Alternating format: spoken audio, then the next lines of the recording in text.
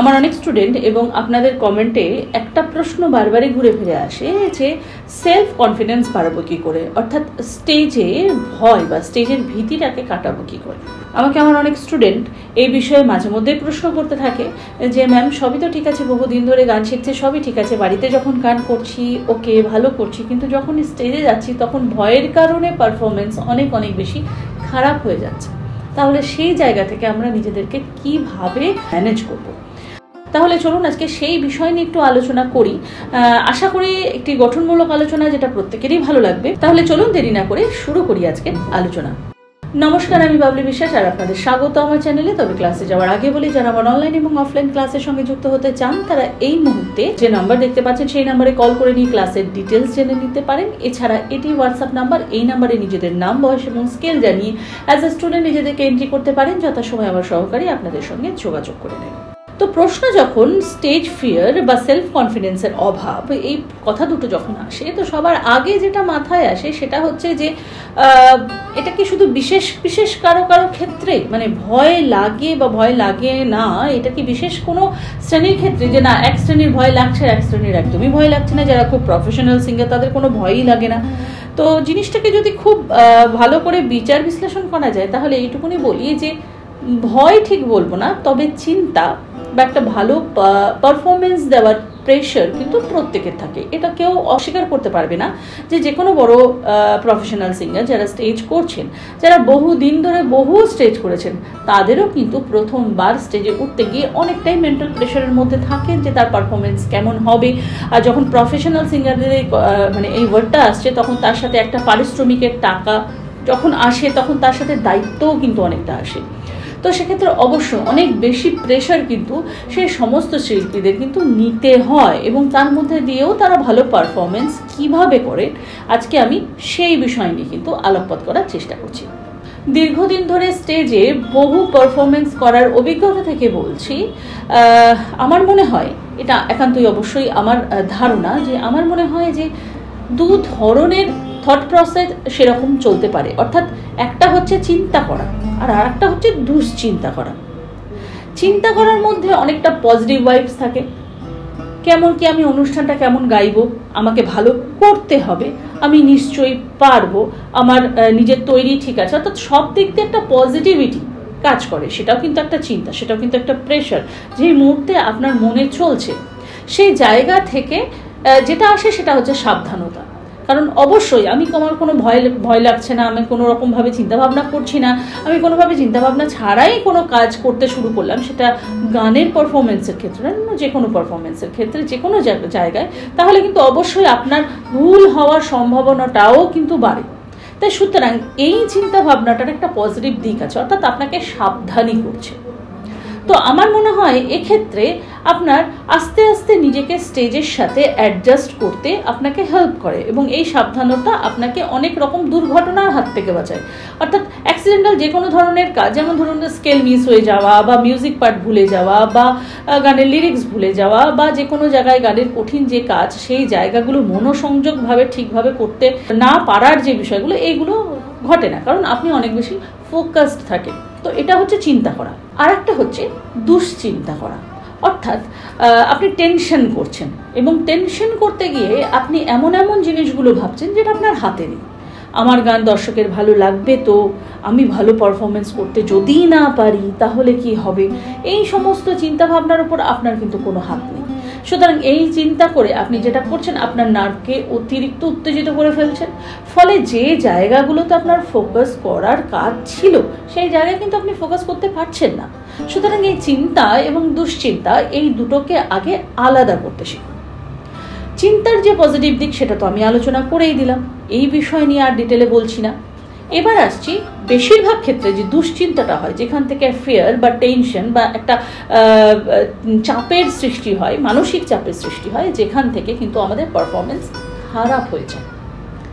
তাই সেই জায়গাগুলো চলুন আগে ডিটেলে একটু আলোচনা করি। খুব ভালোভাবে যদি বিষয়টাকে ভাবা যায় তাহলে এটা বলতে পারি যে টেনশন বা খারাপ পারফরমেন্সের কারণ আমার মনে হয় দুটো। এক হচ্ছে ল্যাক অফ সেলফ কনফিডেন্স, নিজের ওপর ভরসাটা অনেক কম থাকা, আর দ্বিতীয় হচ্ছে এক্সপেকটেশন, অর্থাৎ আপনি কি কি আশা করছেন সেটাও কিন্তু আপনাকে ভয়ের কারণ। একটু আমি ডিটেলে জিনিসটাকে এবার একটু ভেঙে বোঝাই।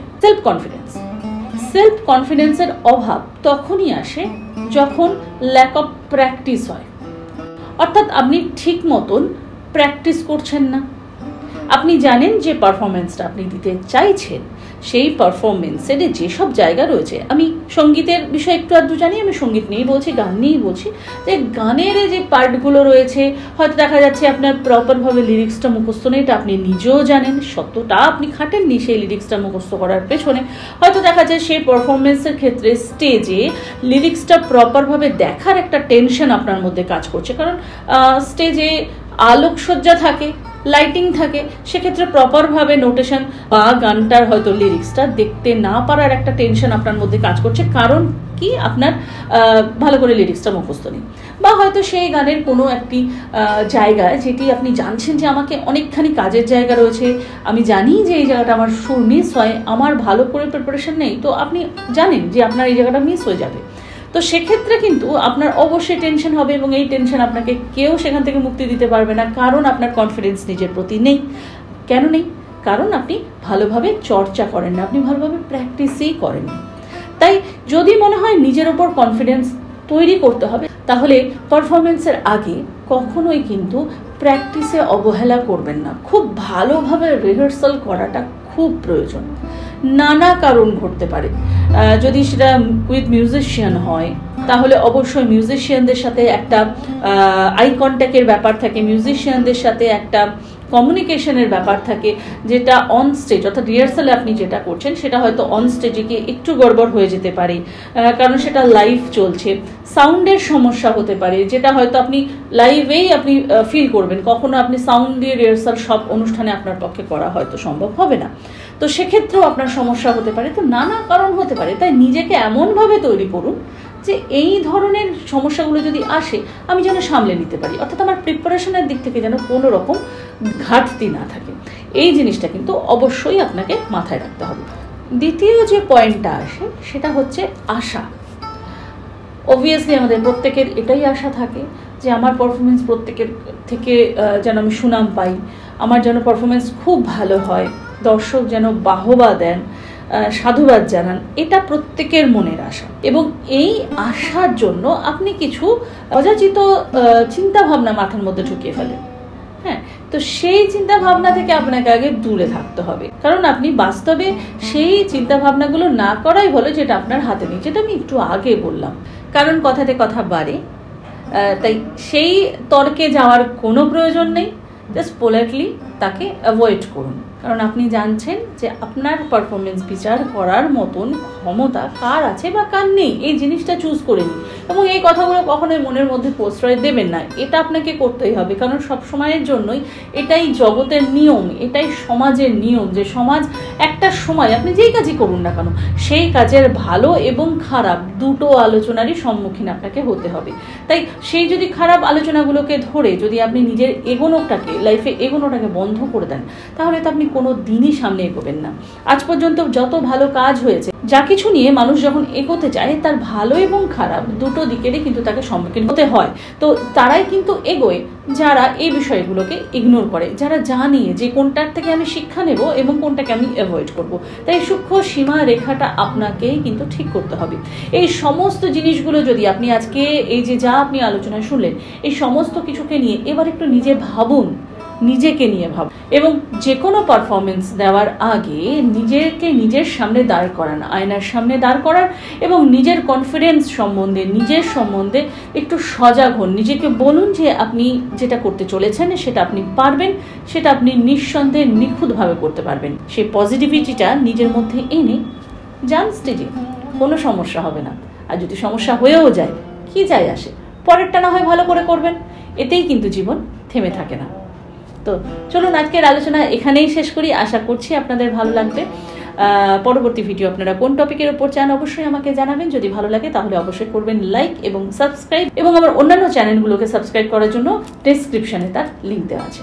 সবাই ভালো থাকুন, সুস্থ থাকুন এবং সঙ্গীতময় থাকুন। নমস্কার।